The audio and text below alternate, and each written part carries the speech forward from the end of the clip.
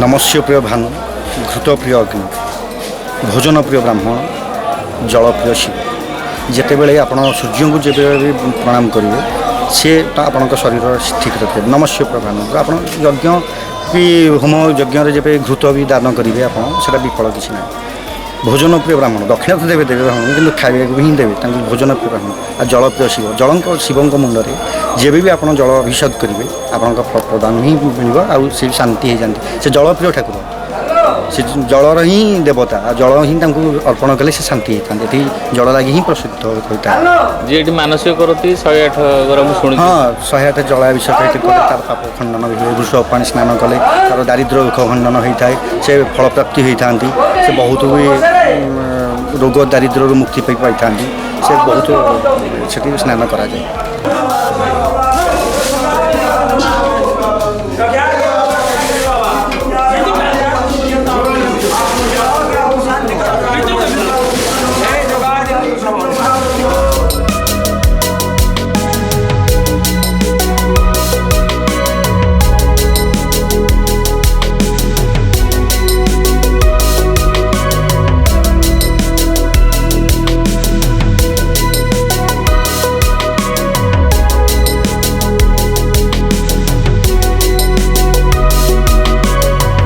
जितेबले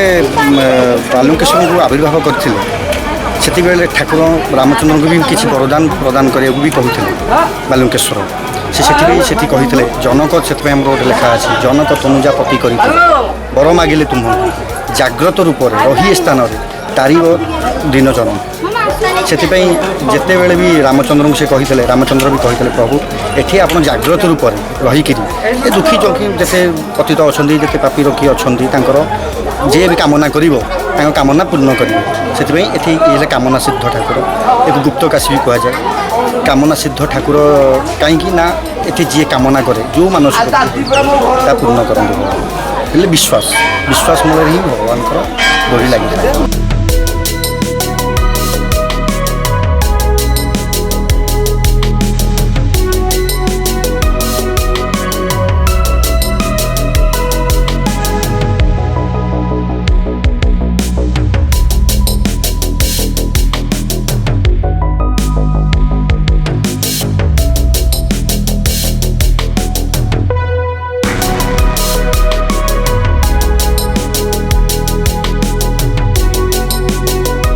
बेसी तो संतान संतति बहुत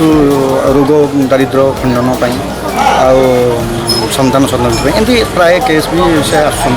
सब भी समाधान भगवान को दयारू विश्वास मूलक धर्म